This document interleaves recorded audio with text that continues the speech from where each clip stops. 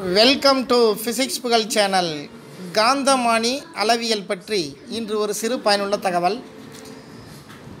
இந்த முறையில் ஓரிடத்தின் காந்தப்புலம் அதன் அருகிலுள்ள பகுதிகளின் காந்தப்புலத்திலிருந்து எந்த அளவில் மாறுபடுகிறது என்று அளவிடப்படுகிறது.